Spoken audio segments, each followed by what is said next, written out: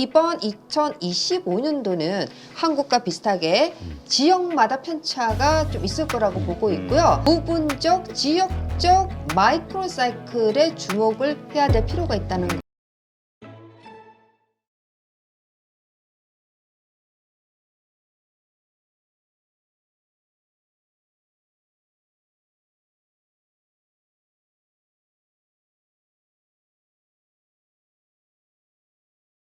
네, 오늘 모신 분은 광순의 복덕방 이광수 대표이십니다. 안녕하세요. 안녕하세요. 네, 그리고 옆에 또 계신 분은요, 미국 부동산 트렌드 2025 책의 작가시죠. 김효지 작가님 모셨습니다. 안녕하세요. 안녕하세요. 네, 반갑습니다. 우리 김효지 작가님은 한 1년 만에 뵙죠? 네, 맞습니다. 네, 지금 또 미국에서 턴키 글로벌 리얼티 기업을 또 운영하고 계시고 있고요. 네. 자, 오늘 국내 부동산 그리고 더 나아가서 미국 부동산까지 한번 점검해보는 시간 가져볼 텐데요. 네. 일단 지금 우리 국내 부동산 관련해서는 서울과 수도권 전세 가격이 지금 계속 오르고 있다 이런 얘기가 나와요. 네. 그러다 보니까 다시 이 집값이 올라가는 일이 벌어지는 거 아니냐 이런 우려하시는 분들이 있거든요. 어떻게 보십니까? 뭐 상승세는 지속되고 있는데 상승률이 떨어지고 있어요. 아, 그래요? 네, 그래서 저희가 뭐 전세 가격이 올라서 또 집값이 크게 상승할 거다 이럴 가능성을 좀 적게 보고 있고요.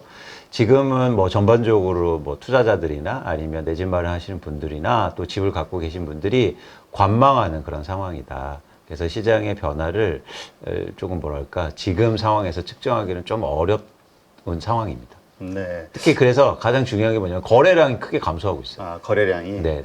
근데 지금 그렇지 않아도 그 7월인가요? 우리 스트레스 DSR 제도가 맞아요. 실행이 되죠. 맞아요. 그것 때문에라도 뭔가 좀 안 좋아질 거라고 기대하는 분들이 있는데, 그러니까 좀 낮아질 거라고 보는 분들이 있는데 그렇지 않은 것 같아요. 아주 확연하게 어떤 티는 안 나네요.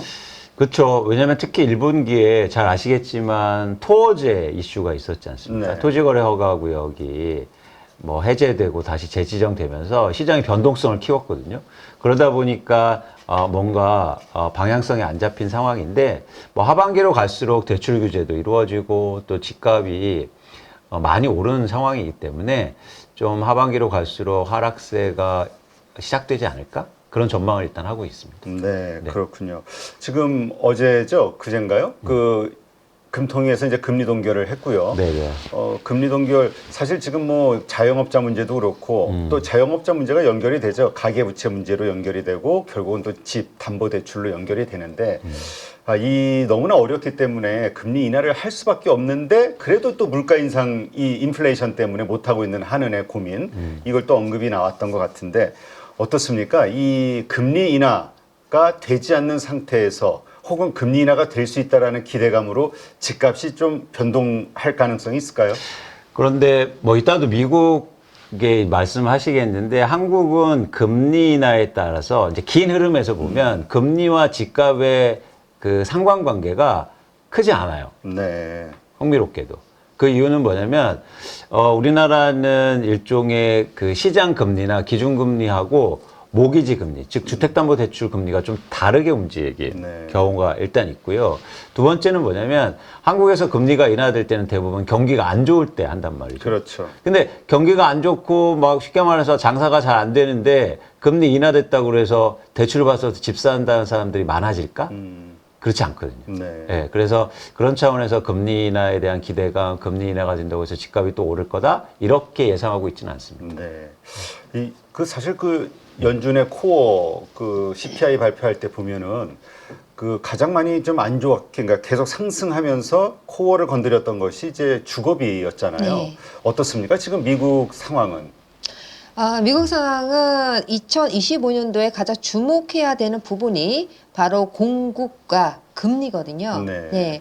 그래서 미국에서는 너무 오랜 기간 동안 공급 부족으로 이어져 온 상태인데, 현재 2024년에 비해서는 2025년도에 넘어올수록 공급의 양은 증가했으나 아직까지 금리가 시장이 반응할 만큼 내려가지 않는 상태이기 때문에 미국인들이 묶여 있는 이런 고정효과, 고금리로 인해서 움직이지 않는 고정효과가 당장에 빠른 시간 내에 풀릴 거라고는 보지는 않고 있습니다. 네. 그래서 미국에서는 그 주요 기관에서 바라보고 있는 모기지 금리는 2025년과 2026년, 2027년도까지 중금리 시대로 접어든다라고 지금 예측을 하고 있어요. 네. 예, 그렇기 때문에 이제까지는 우리가 2024년 4분기 때부터 미국 시민들이 조금 좋게 예상을 했던 거는 내년도 2025년도에는 금리가 좀 더 내려갈 수 있겠다는 희망을 갖고 있었는데 사실 또 요즘에는 관세 정책과 맞물리면서 인플레이션에 대한 조짐에 대한 우려 때문에 이러한 금리 인하가 당분간은 빠른 시간 내에 오지는 않을 뿐더러 설령 온다 하더라도 중금리 시대가 2, 3년 정도는 지속될 거라고 보기 때문에 더 이상 이보다 더 낮은 금리를 원하는 것보다는 이 금리를 받아들이면서 움직이려는 수요자들이 있게 될 것이고 또 그러한 꿈틀거림이 지금 느껴지고 있어요. 그래서 일단은 수요자들은 어차피 지금 상승된 주택 구입 비용을 어떤 식으로 극복을 할 것인가에 대해서 생각들을 많이 하는데 거기에 대처해서 지금 트럼프 2기 행정부에서 그 부동산 정책으로 내놓은 것 중에 하나가 대출 규제를 완화시키겠다 하는 부분들이 나왔어요. 그러면은 일단은 대출 규제가 완화되면은 좀 더 구매자 입장에서는 주택을 살 수 있는 그러한 출구가 좀 있다 보니까 거래량은 여러 가지 면에서 비춰본다면은 좀 더 증가할 것이라고 보고 있는데 과연 그러한 역량으로 인해서 공급량이 우리가 생각한 만큼 충분히 늘어날 수 있을지가 또 큰 관건이라고 보고 네. 있습니다. 공급량은 지금 미국 50개 주에서 현재 10개 주만 제외하고는 아직도 공급이 부족한 상태이거든요. 그래서 2025년도에 이러한 공급이 수요를 얼마만큼 충족시켜 주냐에 따라서 집값의 변동을 예측할 수가 있을 것인데요. 주요 기관에서 바라보는 집값 전망에 있어서는 2%에서 4% 완만한 상승률을 예측하고 있습니다. 네. 그러니까 대표님이 말씀하신 게 되게 중요한데 미국의 물가를 측정할 때 주거비가 차지하는 비중이 그렇죠. 높단 말이죠. 그러니까 인플레이션을 측정할 때 주거비가 한 40% 정도 비중을 차지하거든요.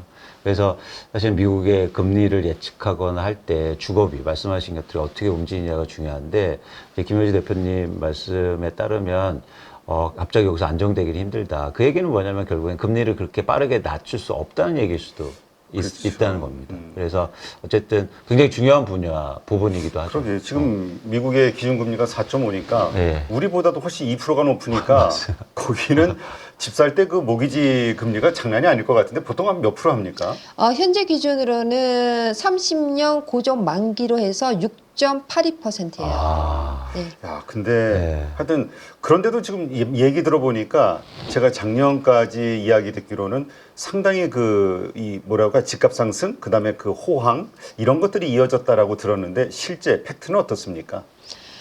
맞습니다. 지금 코로나 이후로 미국에서는 엄청나게 그 낮은 저금리의 시대에서 수요가 급증함으로써 반면 공급이 굉장히 모자랐기 때문에 집값이 급상승을 했잖아요. 그 이후로 고금리 시대로 접어들면서 유효 수요가 많이 줄어들긴 했으나 여전히 공급이 수요보다 부족한 상황이 이어져 왔기 때문에 가격은 상승했으나 가격 상승률 자체는 좀 적어졌다고 볼 수 있죠. 그래서 완만한 상승세를 이어져 가고 있다고 볼 수 있습니다. 그래서 미국에서는 지금 지난 행정부에서도 그러고 그리고 이번에 새 행정부에서 가장 많이 우려하는 부분이 이 공급을 어떻게 하면 해소시킬 수 있을까, 공급 부족을 어떻게 해소할 수 있을까 하는 부분에서 거기에 따른 정책들이 또 많이 반영되고 있습니다. 네. 저소득자를 위한 정책 등 뭐 이런 것들이 많이 나오게 되었죠. 그렇다면은 요즘 뭐 인플레이션에 대한 우려 때문에 연준 파월 의장이 계속 이야기하는 것처럼 이 금리 인하가 쉽게 올 것 같지 않은데 근데 시장에서는 워낙 이 국채금리 지금 그것 때문에 네. 한 올해 그래도 한 2번 이상 어떤 분은 뭐 한 4번까지도 있지 않을까 기대가 다시 살아나고 있단 말이에요. 이 금리 인하에 대한 기대감이 살아날 때 우리 같은 경우는 보통 그것이 집값 상승으로 이어지잖아요. 네. 미국은 어떻습니까? 보통 이제 그런 것들이 우리가 그 소비자 심리 지수라 그러고, 그리고 또 전반적인 그 사이클을 봤었을 때도, 시장의 어떤 그 사이클과, 그리고 금융 사이클과 더불어서 무시할 수 없는 게 이런 심리 사이클이잖아요. 물론 그러한 그 심리적인 부분이 많이 좌우되는 거는 맞습니다. 그러나 처음에 2024년도 하반기 때 이를 무렵에는 대부분의 미국 국민들이 금리 인하는 될 거라고 믿고 있어요. 그랬고, 그리고 또 2025년도에 들어서면서 2025년 하반기 정도 갔을 때 금리 인하는 될 거라고는 생각하고 있습니다. 그래서 전반적인 부분에 있어서는 거래량, 네. 예, 거래량에 이제 그러한 심리가 많이 반영이 되잖아요. 네. 1월 달에 잠깐 주춤했으나 지금 3월에 거래량이 많이 지금 늘고 있는 추세긴 해요. 왜냐하면은 이미 미국에 있는 그 국민들이 생각할 때에도 금리, 모기지 금리는 내려갈 수 있겠으나 우리가 처음부터 예상했던 저금리 시대는 더 이상 오지 않을 것이고 중금리 시대가 몇 년 동안 지속적으로 있을 거라고 이제는 생각하고 그걸 받아들이기 때문에 그런 거래량을 증가시키는데 어느 정도 영향을 미쳤던 것 같습니다. 네. 미국도 좀 공급 부족이 있었나 보네요. 그리고 그 공급 부족 때문에 가격 상승의 어떤 요소가 됐고. 맞습니다. 네. 근데 또 하나 이제 저희가 미국 부동산 볼 때 좀 이렇게 체크해야 될 부분이 뭐냐면 금리가 낮았을 때 사람들이 집을 샀단 말이죠. 그러니까 장기 대출을 받지 않습니까? 그래서 대출 샀는데 지금 이제 금리가 올랐지 않습니까? 네. 그래서 사람들이 집을 안 팔아요. 왜냐하면 그걸 파는 순간 저금리를 갚고 고금리 대출을 새로 받아야 되는데 그러긴 힘들다는 거죠. 그래서 지금 미국 전반적으로 해서 매물도 사실 좀 부족한 상황입니다. 그러니까 사람들이 집을 팔아서 저금리 대출을 갖고 또 집을 살려면 고금리 대출을 받아야 되는데 그게 힘드니까. 그래서 그냥 저금리 대출을 계속 안고 지금 집을 갖고 있는 거죠. 네. 그 사례를 보면 우리 한국도 그렇잖아요. 지금 1분기 우리 서울 뭐 강남 그 토허가 토지거래 허가 이게 이제 해지가 되면서 강남을 중심으로 막 올랐단 말이에요. 그러면서 서울 전체 이 가격으로 상승으로 이어지는 움직임이 나왔었는데 지금 1분기에 서울에 분양된 신규 분양 물량이 몇백 가구 안 되잖아요. 네, 네. 한 번 2, 300가구밖에 안 되는 것 같은데 일반 분양 물량만 따지면. 그러면 당연히 한국의 이 서울의 부동산 가격도 오를 수밖에 없는 거 아니냐. 그 논리라면 이런 얘기가 나올 수 있을 것 같아요. 그러니까 저희가 어쨌든 단기로 시장을 전망할 때는 주택 공급, 그러니까 몇 채가 지어지느냐보다 제가 볼 때 매물이 얼마나 시장에 나오느냐가 더 중요해 보이거든요. 그러니까 저는 그게 공급이라고 생각합니다. 그러니까 신규 분양만 따지면 안 된다. 그렇죠. 그러니까 신규 분양이 계속 이렇게 공급이 안 되면 이게 장기적으로 영향을 미치게 되겠죠. 그런데 지금 특히 한국이나 서울의 아파트 시장에서 중요한 건 매물의 양이 얼마나 시장에서 나오느냐가 중요한데 그런 측면에서 예를 들어서 공급이 아무리 안 되더라도 팔려는 사람들이 많아지면 그러면 가격은 하락할 수밖에 없는 거죠. 그래서 미국에서도 되게 흥미로운 현상이 일어나요. 그러니까 김효재 대표님한테 여쭤보고 싶은 게 뭐냐면 최근에 플로리다 집값이 막 떨어진다고 하잖아요. 그죠? 네. 그래서 그렇게 살기 좋은 곳이 집값이 왜 빠지고 있습니까? 예, 미국 같은 경우는 주마다 이런 법과 규정도 틀리고 날씨도 틀리잖아요. 그리고 또 인구의 흐름 자체가 또 틀려요. 아까 그 기존 주택에 있어서 매물량이 왜 마켓에 안 나오는지에 대해서 말씀을 드렸는데 인구가 이제는 움직이지 않는다. 그러니까 고금리의 연속으로 인해서 판매자는 금리 때문에 팔지는 못했고 구매자는 금리가 높았기 때문에 구매를 못했다. 그래서 팬데믹 때는 저금리 시대에는 미국의 인구의 대이동이 많이 일어났다면 지금은 움직이질 않기 때문에 이동이 거의 없었다고 볼 수가 있습니다. 그런 와중에서 우리가 따져야 되는 건 뭐냐면은 플로리다 같은 경우는 특히 외순 이주에 의한 수요가 많았다는 거거든요. 그런데 어느 순간인가 그 플로리다 주 자체에서 일부 국가의 투자자들에게는 플로리다에 있는 부동산을 구매를 못하게 해버린 그 조치가 있었어요. 그게 작년이었는데 거기에 들어가는 국가가 일단은 그 중국, 북한, 이란 이런 정도의 국가였어요. 그러다 보니까 이런 글로벌 투자자들의 수요가 많이 빠지게 되는 거죠.